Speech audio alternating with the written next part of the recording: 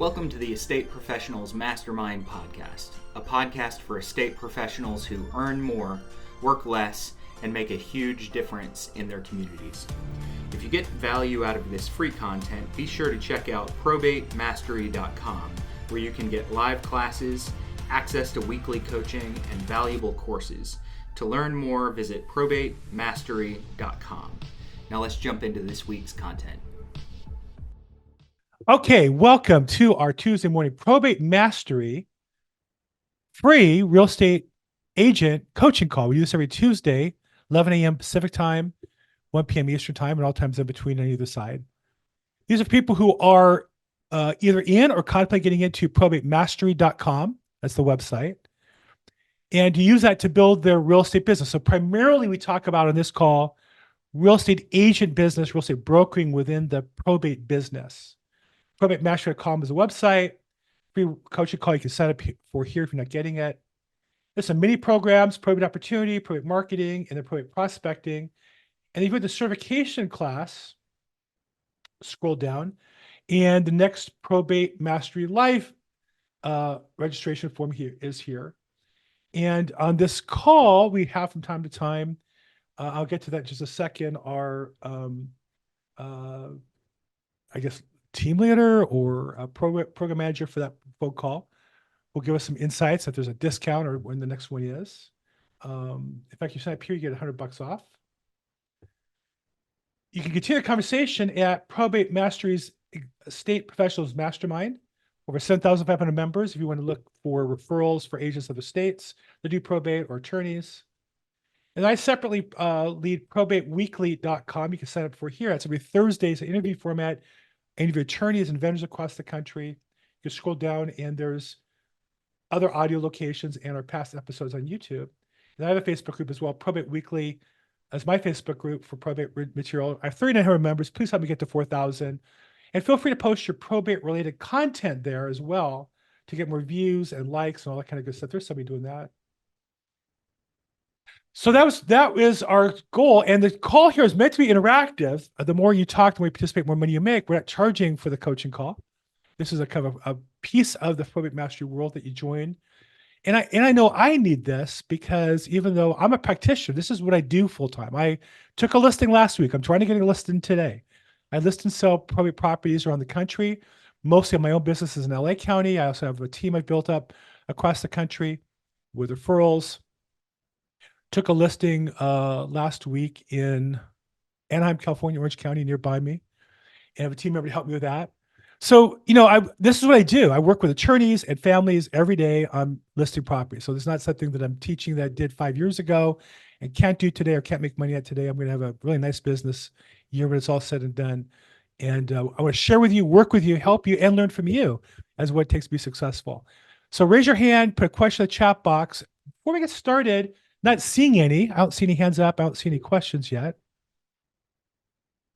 I thought I would kind of share something I thought might generate some interest or some conversation. I know I talk about this all the time. Oh, there we go. Hand up from Belinda. Delisser. Hey, Belinda, what's going on? Good. Hey, just I did have a couple of questions. So I'm now in my third week of making calls, and I wanted to ask about the USP, the unique selling proposition, how long what's ideal. I'm still playing around with my USP, and I'm playing around if I'm introducing myself as a realtor. I've heard through when I watch Chad's, he doesn't introduce himself as anything, but he offers multiple services. And then with Bruce, you want to stay generic, so I've heard that. But what I find too is that when I don't introduce myself as a realtor, I'm getting all kinds of questions that I literally don't know how to answer. Somebody was asking, people are asking me about insurance, how to handle certain things. Of course, I refer them back to their attorney, but I also don't want to create a perception of what I'm really trying to do. So I'm just trying to understand that part of it. When I'm introducing myself, really just wanted to say and share that I am a realtor and how long that USP should be. And then the second thing is, do you set an intention for your call? when you start off the conversation? And when you're setting the intention, like, what is that? Is it to get an appointment? Is it just to introduce yourself and your services and build rapport? What is the real intention behind that very first phone call for you when you're doing your calls? Okay. And so Belinda, just like real quick, you're with EXP Realty as well as I am, right? Correct. And you're in Atlanta, Georgia? Correct. Are you in Metro Atlanta? Are you in a suburb? Suburb. What suburb? Forsyth County. North. Can't say I really know a lot about it, to be honest. I know. Got you. Okay. I know Atlanta pretty well. I know Athens pretty well. So, but suburban, not metro. But I'm all over. So I'm not limited. I'm not restricted to just where I'm at. Okay. So I'm going to make a couple assumptions. And how long you been in real estate? Going on a year. Okay. Are you selling houses? Are you making some money at it? I was, and I've had leases and I've got some buyers and stuff, but I'm really trying to grow it and do more. So there's still a lot I'm learning as a realtor. Okay. And then, so I'm going to give you two answers to your question to be unique than the other ones you've heard. One is that your answer is your answer. Chad's answer is Chad's answer. Bruce's is his and mine's mine. And they're the right answer because they're authentic to us, not for you. Okay. Meaning Chad was an investor first. He really was never an agent full time. I think he did timeshare sales or vacation sales, but he never was a full-time real estate agent like you are today, I think, and like I am. Mm-hmm. So his answer would be different than yours, right? Right. I think Bruce is, he's an agent as well as proprietor, as well as investor. I don't know enough about his business to answer for him. You need to have the right answer for you. So I am an investor. I have investments in real estate. I may make more money in my real estate investment this year than I will as an agent, but that's really because I made a great investment. It's not because I put more time into it. I'm really a real estate agent or broker full-time, and I take my excess assets and invest them as a realtor for passive income. Does that make sense? Yes. So I'm looking to be a real estate agent. I'm looking to help you as a broker, but as a broker, I have magic powers to help you with all those other things. Right. You have to find the right answer for you, whether you're an investor or agent or whatever. My guess is you're an agent. And so I think that's the right answer for you. And I would say, make that the right answer for you. Got you. So it's really about what makes me the most authentic when I'm creating that USP and how I deliver that. Got you. Okay. Well, that's the next piece. The next piece I'm going to say is, I'm going to guess, I'm not putting you down, but I coach a lot of agents on this and other people are listening. I literally just coached an agent on my team an hour ago on the same topic. My guess is you've never really sat down and thought about USP in detail, meaning you take classes and you think about while you're listening, you're thinking about it. Maybe you go out to lunch and think about it. Maybe you talk to your spouse or your boyfriend or your kids or your friend, or you're playing ball, you think about it, but you never really just sit down and think about it. And so what I tell people is you really need to block out time, maybe an hour a day, to really think about it. Like whether we use a pad of paper, I use a Google Doc, or I use a whiteboard in my office where I'll write out things and think. I'll put in an hour of my time, think about marketing plan or work. I call it work on marketing plan. Don't answer the phone then. I have an appointment myself to do that for an hour. And so my guess is that you're kind of, the ideas are bouncing around your head, but you haven't really sat down to sort it out. Is that a fair assessment? Very fair. Yeah. And now I'm going to put you down. We're all guilty. We're all so busy in life. We're all so distracted. And in some regards, that's the challenge of our lives, is we're so distracted that we don't really think things through. When people say they think about, really, they don't think about it. They think about, they need to think about it. Right. And so I would urge you to put in your time an hour at least a week, or maybe you finish an hour today, do another hour tomorrow, on really what is your USP. And the USP is a combination of three things, just to summarize: what you're good at or great at, what you love to do, not what you hate to do, and what the market needs. Where there's an overlap of those three things, that's where you want to operate. So just to go back in my experience as USP, the first one I did, what was I great at? Well, I look like an attorney. I'm older. I haven't met you, Belinda, but your picture makes you look a little younger than me. More attorneys at court look like me than you. No disrespect. Just, play the cards you're dealt. Now you might get their attention as an attractive woman that I'm not going to get. And that's your opportunity and your challenge. That wasn't my challenge. My opportunity and challenge was I have gray hair, I'm older. So let's play that card. And so I look like an attorney. I would dress like an attorney. That means I wear dark suit, Brooks Brothers white shirt, Brooks Brothers silk tie, solid tie. I have a rolling briefcase like many attorneys going to court do. I had business cards made separate from my EXP cards that just had like attorneys, my name, my company, my address, my phone number, my license number. So I met with attorneys. I gave them a business card that looked like an attorney's business card. I look like an attorney. Mm-hmm. I went to court every day because there was not enough people at court to help consumers and attorneys and to network with them. There was opportunities to network with them. I liked doing it. It was fun for me for a couple hours a day. There was a need for it. And I was good at it. So that was my initial USP. And then when COVID changed, I changed my USP. I couldn't go to court anymore, but I was good at, I thought, doing video, doing social media, but particularly video, live interviewing people. And there was a need for that. And so that's where my overlap was. So for you, I really think you need to think about those three things. What are you really good at? What's your advantage? Also, I lived a half hour from the largest probate court in America, LA County. It's only a 3-minute drive in the morning for me. So that's a big advantage I have that other people it's called don't have that opportunity. You might live in a suburb where it's an hour and a half to downtown, or in Atlanta, I believe you have so many counties for the same, it's spread out. So you don't have the same USP that I had, but yours might be different somehow. I'm not sure what that is, but you need to think about that and think that through. Got you. So when you go to court, is it just were you doing it for the purpose of networking with attorneys or to understand the process that the judge was ruling for probates and why people were going to court? So I believe that marketing should be synergistic, should do 2 or 3 things at once. So I went both. Initially, I went because at the time, Chad challenged us to go to court to learn. I went there and I realized, wow, there's a lot going on here. Like I didn't even know what was going on. And so again, in my process of research, before I decided my USP, I told myself I was going to go to court every day for a week. And by the end of the week, I realized there was a lot there and I put together a plan to go there regularly. And I went every day for certain activities every day, 5 days a week. Again, I was in the largest probate court in America. There were 9 courtrooms, 5 days a week. That's not true in most of your locations. So that worked for me. That's not going to work for you. But what I did was that you should do is I investigated by going to court every day and paying attention, taking notes. Where's the research room? Oh, that's on the 4th floor. What goes on there? How can you meet people there? How do I not want to spend my time there? What court hearings are the most productive? Well, most people showed up at the 8:30 sessions till 9:30. They weren't at 3 o'clock. There were a lot less people. So I said, well, okay, I'll go in the morning.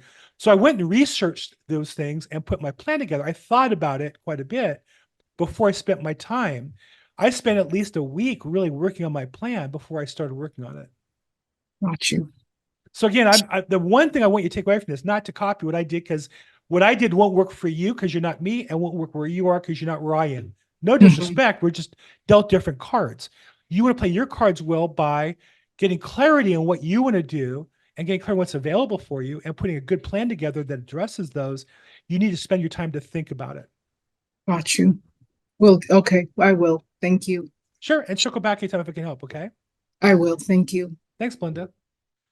Okay, there you go. Wow, that's a great question. And we're already 14 minutes into the call. Wow. Hey, Melanie Hands, how you doing? Talking about people have their plan together and working their niche. She's doing a great Hello. job. How you doing? Doing great. Thank you. How are you doing tonight? The probate nurse out of Tampa, St. Pete area, whatever. The Gold Coast? What is that coast? Gold Coast? This is the Gulf Coast. Gulf Coast. Like GULF. Yeah, I was only there once for about 4 hours. We drove in on a Friday night, about 5 o'clock, and then a hurricane was hitting, and we turned around and left and went to Orlando that night and stayed in Orlando, and then went back to Boca for the weekend. So I can't say I had a lot of time in Tampa. It's a lot different now. It's a lot different now and very competitive. So what's different when there's not a hurricane, I imagine. So okay, good. Right on. Right on. Okay, anybody else with questions or comments that can help with today? Or Melanie, you're here. Do you have anything particularly you have Yeah, I questions do. about? I actually have a couple things going on. I'm working on a deal that came through. We're going to be so proud. I finally got my first referral from a gal Hey. that does placements for assisted living. Yes. And she called me this morning and I'm kind of pulling up all the information. I think this is going to be a wholesale deal, or cash as is on, on the MLS. We're just waiting to see. I'll go visit the house tomorrow morning and go with her and speak with the client. She's the prime client for something like this. Not necessarily probate, but elderly, lives by herself. She's shaking. She might have Parkinson's. Family lives out of state. So there's a lot of different ways we can approach this one. And what I really want to find out working with this assisted living placement gal is to find out exactly what she needs monthly or to get her into this assisted living. So there's a lot of different ways that we can approach it, whether it's just cash or it could even be a seller financing, because I think she's at like 90-something% equity. So I'm pretty excited. Got my first referral. Yay. Yeah, so that's exciting.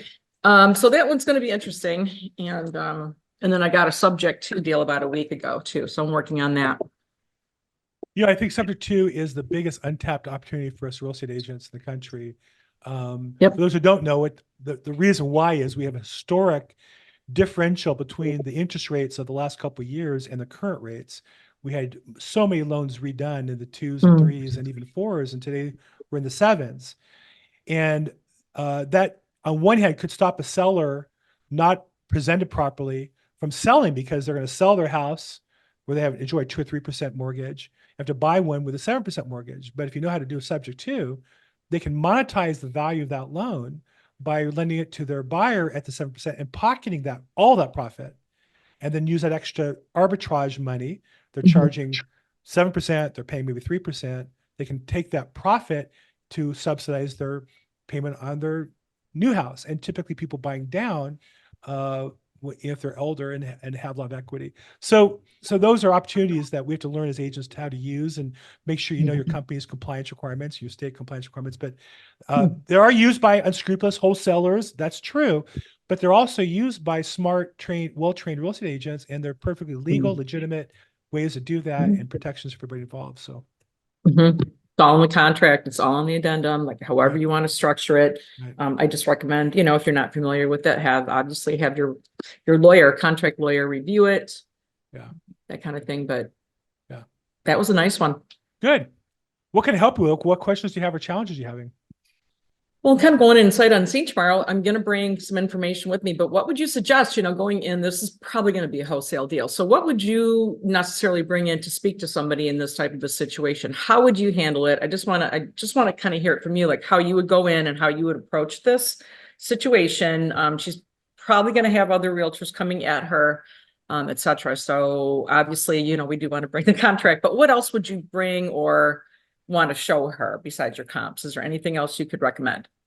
I'm sorry, this is the seller or this is the referral person? This would be for the seller, the referral for tomorrow morning. Okay. So what I would refer you to is the famous saying in the book by Sun Tzu, The Art of War, which is every battle is won before it's fought. So I could just tell you that today, I've had sellers maybe referred to me by an attorney, and maybe they're a little more sophisticated seller, right? A lot of sellers in probate have never owned a house before, and they really need me. And the other ones are more sophisticated, who maybe have bought or sold a house or two or several. And they think they know as much as me, because if you read Zillow or Redfin, which are really the anti-real estate agent sites out seeking to destroy American entrepreneurship in real estate through their corporate hegemony with Wall Street, you would think that every customer knows more than the average realtor. And it might be true, because the average realtor doesn't sell a house a year. I'm not the average realtor. I don't think you're the average realtor. So if you're the average realtor and you look like what Zillow and Redfin tell them they are, you're going to walk in, it's going to be a tough battle. But I've had attorneys refer me sellers, and the sellers will say, "Oh yeah, we're interviewing agents. We have, 4 scheduled. I could fit you in on Wednesday at 2 or 4 o'clock." And I'd say, if you have 4 agents you think are as good as me, you probably should go ahead and interview one of them, because I'm not them. The reason why you're trying to refer me is because I'm an expert in this field and I can give you some unique resources and tools. But if you don't understand that, I'm fine, no disrespect. And if you later change your mind or have questions for me, feel free to reach out. But I'm just going to wish you good luck. I'll send you my information. If I can help you, please reach back out to me. And I'm polite, and they kind of hang up a little snotty at me or whatever. But I've had two call back and say, Bill, I saw your website or your YouTube channel, and I realized that you are an expert in this. Would you list our house for us? So I can tell you, and I have agents who call me all the time and ask me for my pre-appointment package. I don't have one. My pre-appointment is I'm talking on the phone and I'll say, listen, Joe referred me and we talk about what you want to do, what your strategy is. I share with you what I can do. I make it clear I know what I'm doing. And I'll say, Melanie, if you like, I can just send you an e-signature and you can list the property, via that if you like. And they say, yeah. So I have no marketing to send out at the time of the presentation. I have nothing because I've done it all before. I work at the presentation before it's necessary. So I'm pre-sold. Now, what do you do now? It might be too late. Well, you might send things now that set you up for when you walk in the door. So the classic best practices would be you would send your marketing, your CMA, you would send a pre-appointment package that includes your CMA, your qualifications. I think the contract, the sample of what you're recommending with a net sheet. Most agents don't do net sheets. I don't know if you know that, but 9% of agents don't present net sheets at time of listings. So I think those are things that can distinguish you now. But I would say the goal is not this listing, it's the next 10 listings. And let's work on whoever's referring you to refer you in a way that you're pre-sold, that they're calling you saying, hey, I really want to get this sold. What's the next step? The next step is not me coming to have you interview with me as one of 5 agents. The next step is and I'll tell you one of the lines I use, or one of the scripts I use regularly, is to say, we're going to interview a couple agents for the next couple of weeks. And I say, can I tell you how I can save you a couple of weeks expense and get you more profit from this house than any other agent? How's that? Well, rather than wait 2 weeks, let's just list it now. I can have you in the market tomorrow. And yeah, I won't have the pictures done for a couple of days and but buyers are out looking at houses today and tomorrow and this weekend. By being off the market for 2 weeks to pick the best agent, you're going to miss the best marketing plan, which is time is money.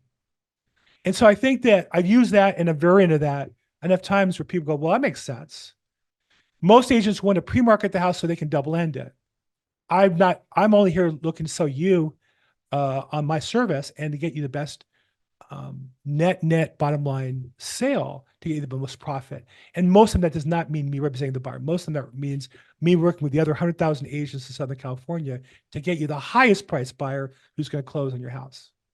Does it make sense to get started now? Yeah, I'll go ahead. I'll send you the email.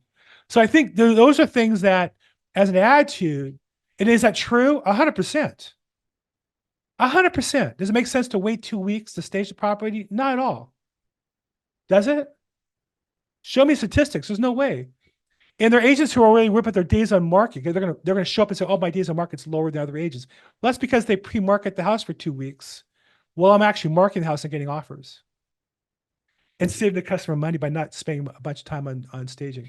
So those are things I would say. Again, I would focus on this listing. What can you do now? Send them a pre-appointment. Also, I always confirm the appointment beforehand. The more times you talk to them, the more comfortable they are with your voice and you. Mike Ferry has a pre-qualifying the appointment script that I think has the basic numbers on it. I think that's one of the best scripts in the business. Mike Ferry is the trainer. His pre-listing confirmation script has been available on the internet for 30 years. I always use that because it confirms with them. You have the courage to say, before I show up, I'm just curious, a couple questions. And one is, do you plan listing with me when I show up? And they're going to say no or yes. You have to have the courage to ask that question. And another one is, at what price point do you want to price that to cause it to sell? So they're hearing from you already. It's not what you want to sell the house for. It's what's going to cause it to sell. Because the market isn't going to pay more because I have a fancy flyer. The market's going to pay what the market's going to pay. And so those are things I do ahead of time. Does that help a little bit? Yeah, for sure. For sure. Cool. Thank you. My pleasure, Melanie. That was Melanie Hands, the probate nurse out of the Gulf Coast of Texas, Florida. Okay. Anybody else? Questions, comments? Reaction to that? Am I off base? No? Bob Smith's got his hand up and he's unmuted. Go ahead, Bob. What's going on? I am brand new to this group. I just had the initial class with Bruce, but Melanie's question intrigued me. Melanie, I come from a senior care living advocate background, also a real estate agent. Is that you? And what I've found is working directly with the seniors is totally different than working with their family. Their family wants answers. They want to move quickly. They want to know all their options. They want to make a decision. The senior themselves, they're rather slow and they want to trust you. They want you to come in and ask them about them, what their situation is, what their story is. And maybe not make a decision on the spot. And I've had to bite my tongue a number of times of saying, whoa, I'm overwhelming them. Let me just understand more. And after the conversation, my initial, what I thought I was going to come in and make offers, it changed, because after understanding what she wanted, then I could better form what would be a tighter, more cohesive option for them. So that's what I've learned is listen to the seniors more than making offers to them initially. I agree with you 100%. It's really about relationship building, and she knows too that she's got to move, right? She knows she's going to somewhere else. So it's really good to find out, hey, what's going on with you, and striking up that little conversation with them. And I think being a nurse too, we can even speak medically about what's going on and what treatment and things, so it's really all inclusive. But I love that you do the senior stuff, and it is wide open right now with assisted living and nursing home placements, and probate all kind of combined together. So yeah, I appreciate your input. It's very, very, very huge to get that conversation going about them versus anything else. They're going through a lot. Working with seniors is a huge learning curve. I got started in it because of my family situation, and I said, there's a need there for this, but actually doing it's a learning curve. It is. That it is. Okay. Bob, thanks so much. Appreciate your help. Melanie, thanks for popping in. Thank you for let me interrupt. No, it's not interrupting. Actually, that's the purpose of this call, is to get real world answers to people who work on this business right now. So I don't see, I do not see any other hands up or any other questions in the chat box. Anybody else have a question? I have something I wanted to talk about, unless there's somebody. I'm more than glad to take any other questions. Either raise your hand or unmute and jump yourself in, or put it in the chat box. I'll call on you. Not seeing it. I want to share with you guys what I'm thinking about. And for those of you who don't know, I'm in Los Angeles. I'm with EXP. Kind of the nature of our businesses, we have a chance to bring people into our downline. I'm actually trying to build a national network of agents in my downline of probate experts in different markets. Well, before I go there, Emily raised her hand. Emily, let's get you unmuted. How can I help you? It was just a comment. You're talking about going to the courthouse. It's going to vary a lot between states, and apparently in my state, when they have these hearings, they are Zoom only and for the family only. But what I found is I can look up the determinations, or such and such a form was filed on the state Seacap site. So that's a gold mine for both finding potential clients and just kind of finding out what's going on. Yeah. Because I called the courthouse. I'm like, because I'm thinking, well, you could just audit something, because I recently had jury service, and I thought that it would be like that, but it's not at all with that kind of court situation. So just FYI. Emily, what state are you in? Wisconsin.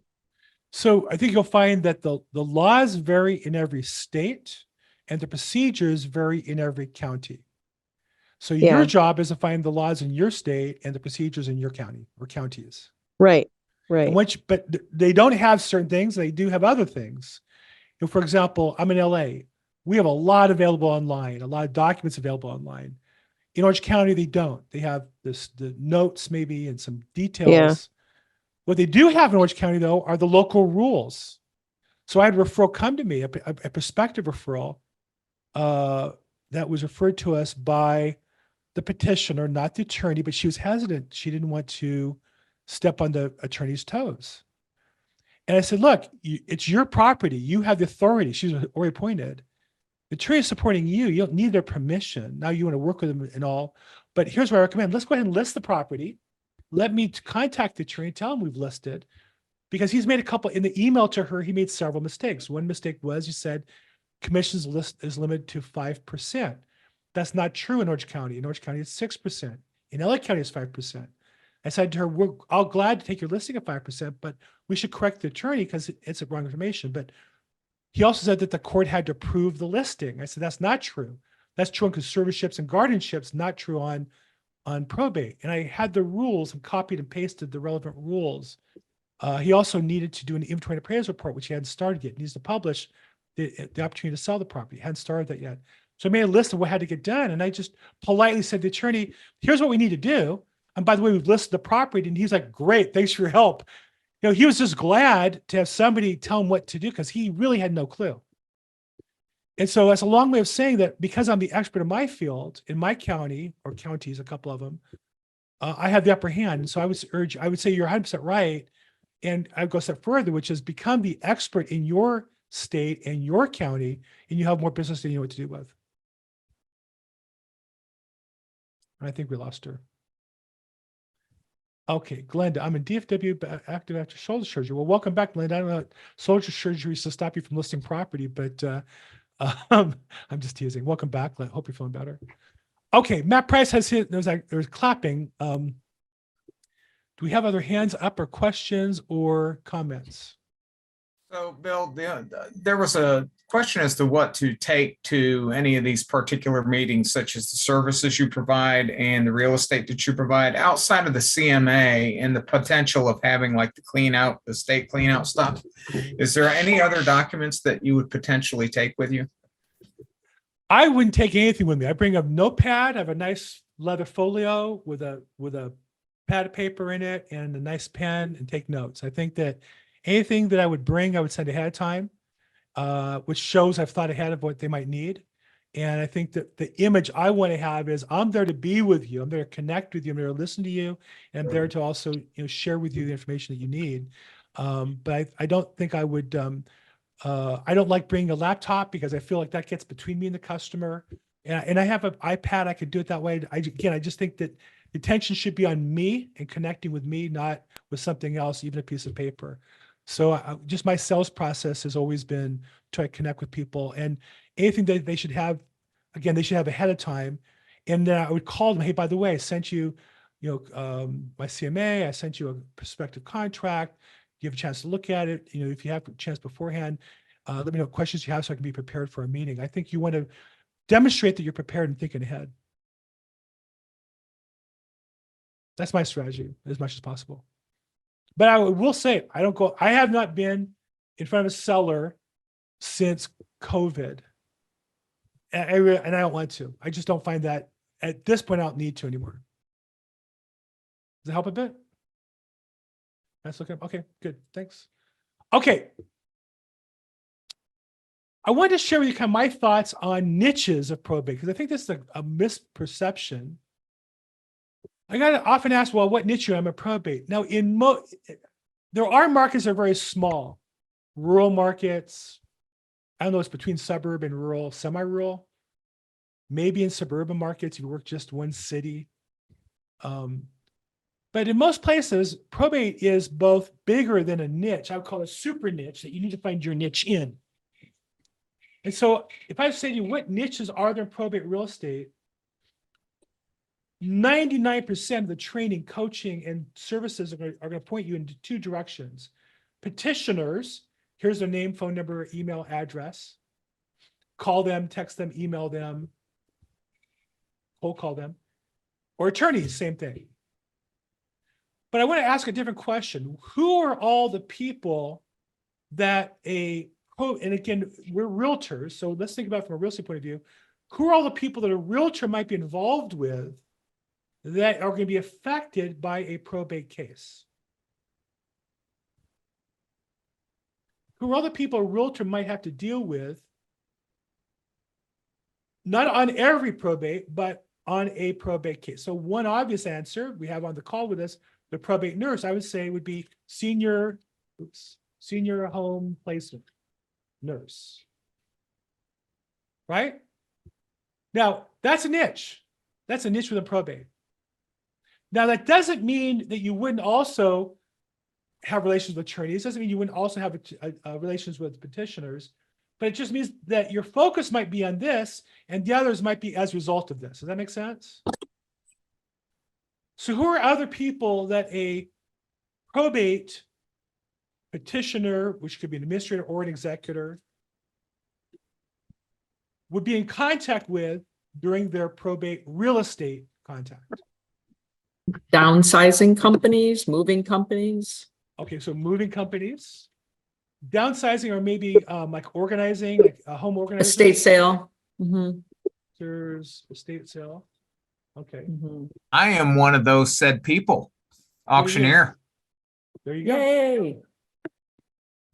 Awesome. What else?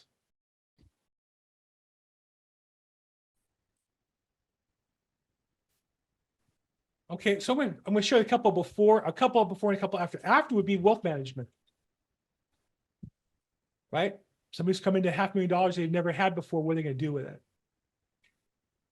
Another one's accountants. How do you handle that? I was going to say, believe this or not, Bill, but I've got friends who are EMTs, and they're usually the first on the scene for the unspeakable.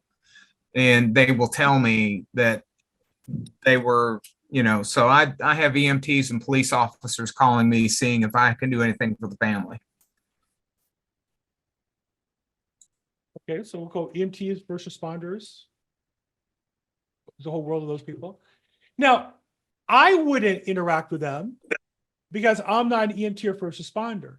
But if I was an EMT or first responder, my guess is my friends would be more comfortable and give me a little more information and helping out with that. So again, this is not for everybody, but this is a very narrow niche, perhaps. But for the right person, I talked to a guy who was EMT Tuesday. I think I interviewed him as well as another option. What else? Who else is involved? So like home organizers, estate sales, Title companies. Title companies. Now, when you say title companies, to me, as opposed to escrow companies, or in other states, you call them real estate attorneys. And often your real estate attorney works for a title company, sometimes not. So those are kind of different. And then separate from real estate attorneys that do just the transactions would be real estate. In fact, within attorneys, you could talk about probate, estate planning. You could talk about divorce, real estate, transaction, general or civil or other type of attorneys. We also have bankruptcy and family planning attorneys. Elder care. What's a family planning attorney do? They're the ones that say, okay, you two just now have gotten married, and they sit down and say, how many kids do you want to have, and how do you want to, and then it feeds into estate planning. Okay. So they're really planning the entire family from soup to nuts. Okay. Okay, you see how this go on and on. So here's my point. All of you should find yours. I'll say that this niche is mine, where I spend every waking hour on my marketing, of my lead generation. That's where I focus. Now, I touch all these people that I can because they impress these people for me. I interview all these types of people on my website and my YouTube channel. But my goal is to impress the attorney to get the referrals. That's my particular business. Don't have to work it that way. That's how I do it. But there's a million variations. But here's the thing I want to point out. The number one source is your COI or your SOI, or if you're Keller Williams, your Mets, or your database, or your past client. But I don't like past client because that implies only prospects. So here's the thing about it. You can take any one of these. Are some of these people going to be in your COI database? Meaning, for those who have a database of 300 people, how many attorneys do you have in there? A handful, couple, 10, 20, 30, 50? I had a lot. That's why I got into this niche, because my past client database was unusually heavy with attorneys of all types.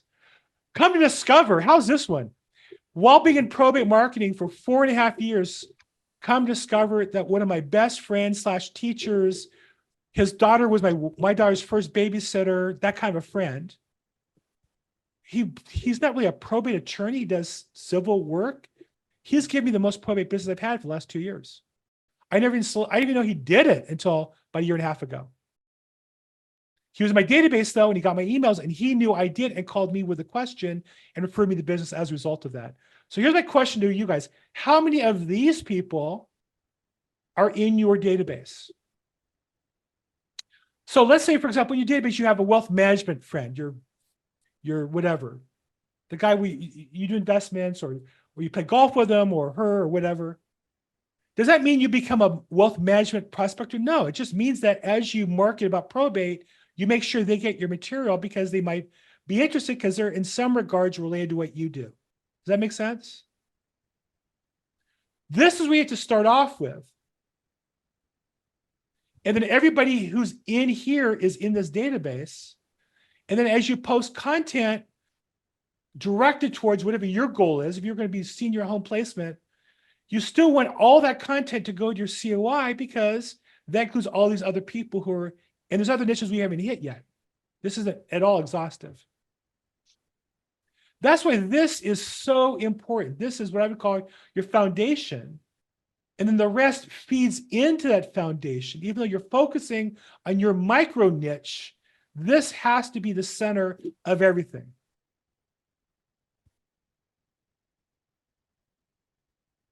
And so I would urge all of you to pick your niche or micro niche. So for example, if I was an auctioneer, which I'm not, I would certainly talk about the value of auctions in probate and how you get top dollar and best execution, or whatever words you use that resonate for you with your customers.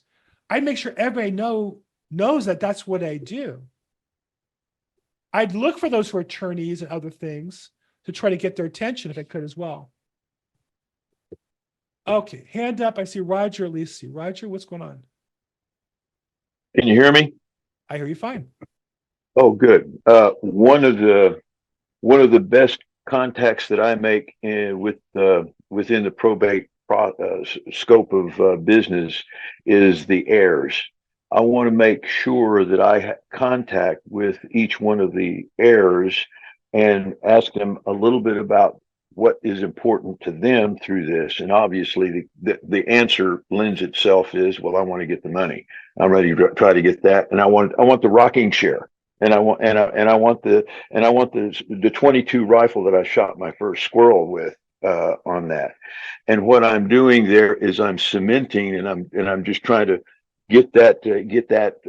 They think that I have been a place to go for making sure that the executor or what was the term you used for the filer of the probate is not going to overlook them, number one, and number two, it endears them to me because I'm bonding with them on a level that is there. The purpose of that bond is to lead up to a question eventually with that heir: are you finding probate fun? And typically the answer is no.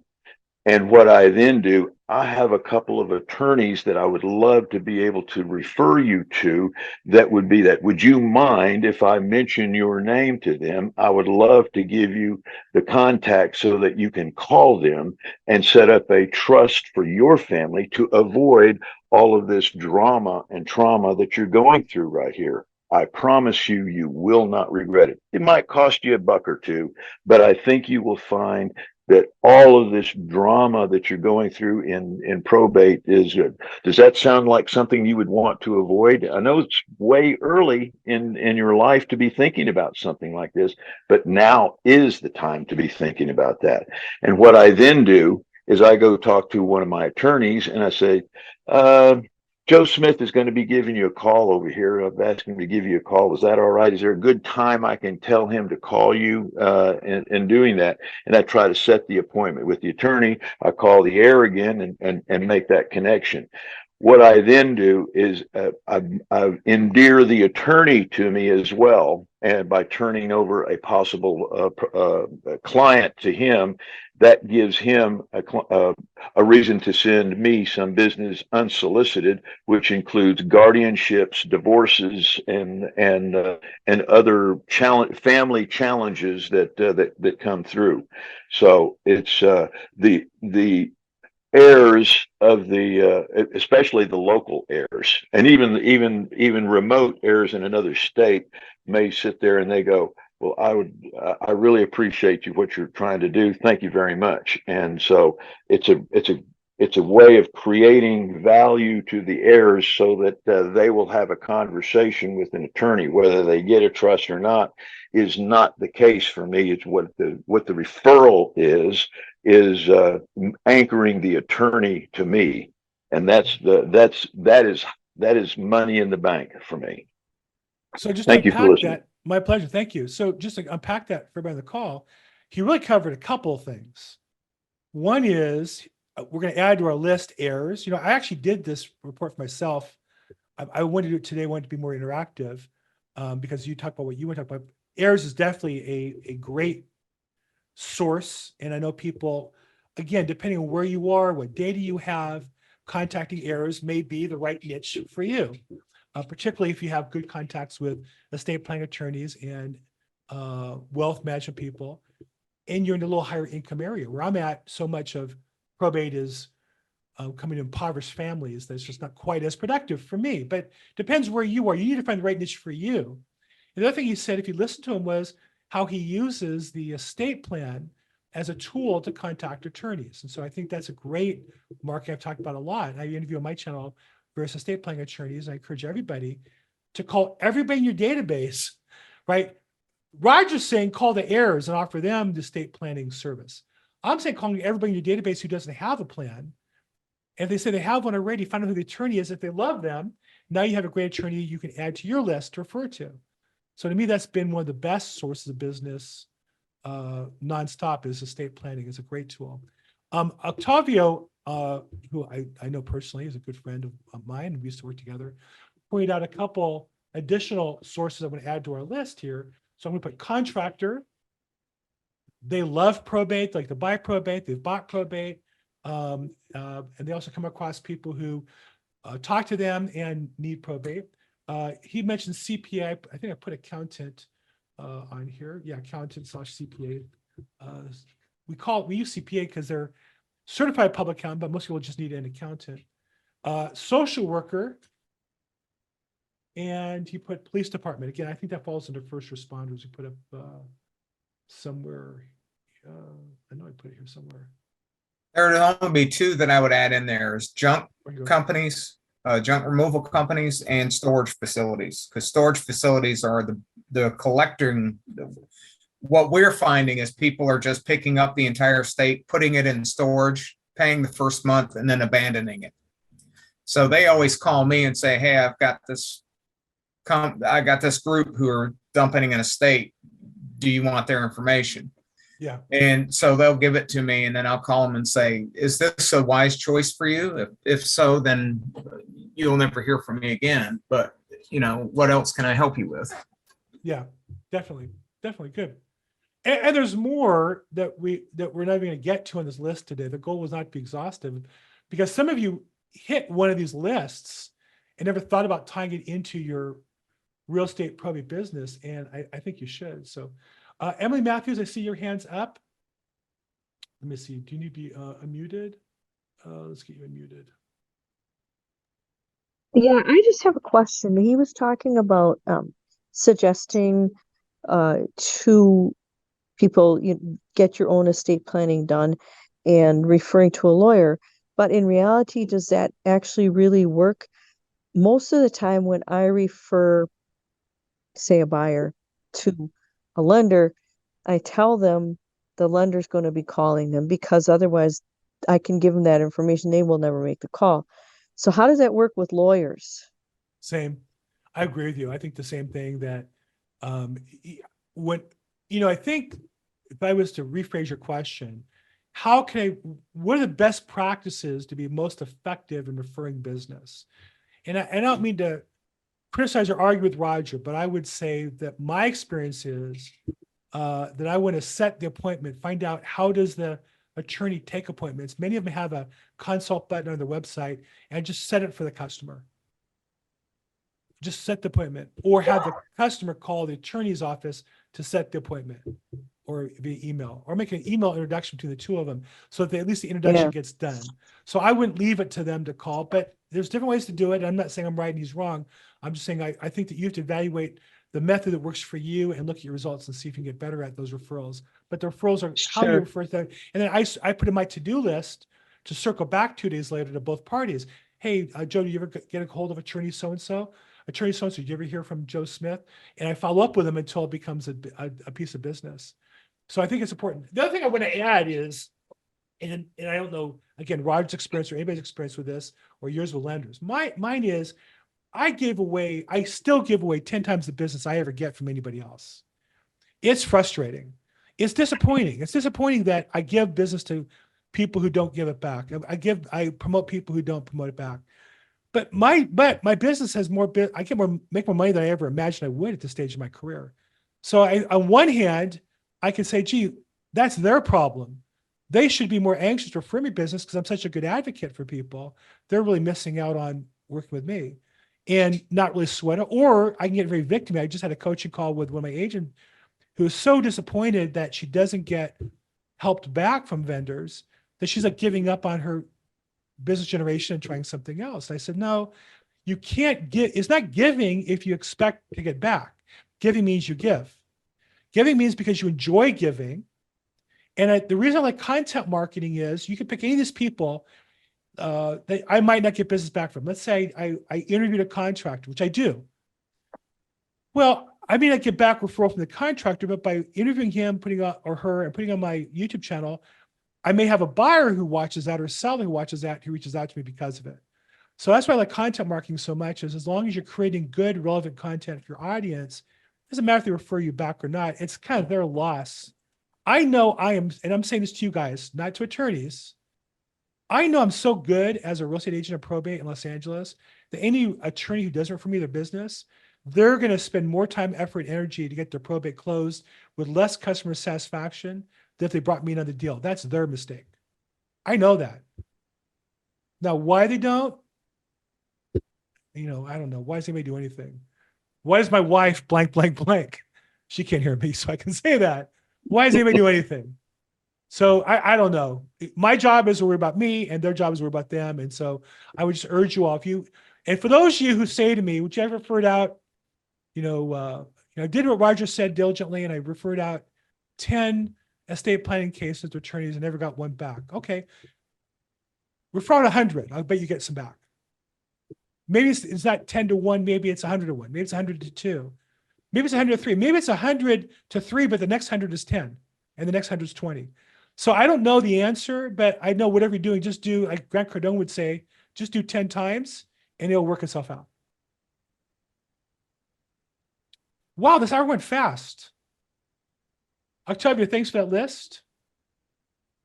Hour went fast. We've got 5 minutes left. Okay, so I covered these ideas, but here's the takeaway I want you guys to leave you with. 1, make sure you have your database tight. All these people that you're working on. So for example, and I tell Melanie this all the time, so I'm gonna kind of flog her publicly. Everybody she meets in the home placement space, every nurse, every related employee has to go into her database. And whatever real estate related content or probate related content she has, they have to get it also. Forever. all these people, your accountant, your wealth management company. I'm getting ready to change my wealth management company because my son-in-law worked for a company and he runs a tax department. A huge firm just hired him away. So I'm not connected to that old company. And the new company, their minimum is so big, it's not me. I thought I had good savings, but not good enough for them. So anyhow, I'm a free realtor. Now I'm going to find a wealth management guy. And I'm going to say to him, I don't care what my rate of return is on my investment income next year. 1 or 2 commission checks would be more than you could possibly differentiate on my return on my investment. And they're all going to go for that. So my point of all that is to say, this is the core. And second, you need to pick 1 or more micro niches to focus your business in, not probate as a whole, unless you're in a small rural area, that's different. But in general, in most of you on the call, in my experience, are in metro areas or larger suburbs. Just chasing the probates, I think, is a very competitive space. I think, for example, what Roger said was great. If you just focused on heirs, that's another alternative that most people ignore. But there has to be a whole business related to that. You have to have, what do the heirs need? And in Roger's case, he identified estate planning. Great. Do all of 100 heirs, do all 100 need estate planning? No, maybe only 10 or 20 do. That's 10 or 20 leads that he can refer out. So you need to find that business and learn. It's not the idea. It's not the niche. It's not the micro niche. It's the execution. And it's going deep on that and being great at that detailed execution, not doing what everybody else is doing. So here's my homework for you guys is next week. Between now and next week, make sure your database is tied up, because I always ask you that question, right, Melanie? Don't I always ask that? Figure out which micro niche you're focusing on and come back next week and share with us what you did to market to that micro niche, as opposed to just calling petitioners or attorneys. You can still do that too, but pick that micro niche. Let's spend some time developing that business. Okay, we got 2 minutes. Any last burning questions, comments?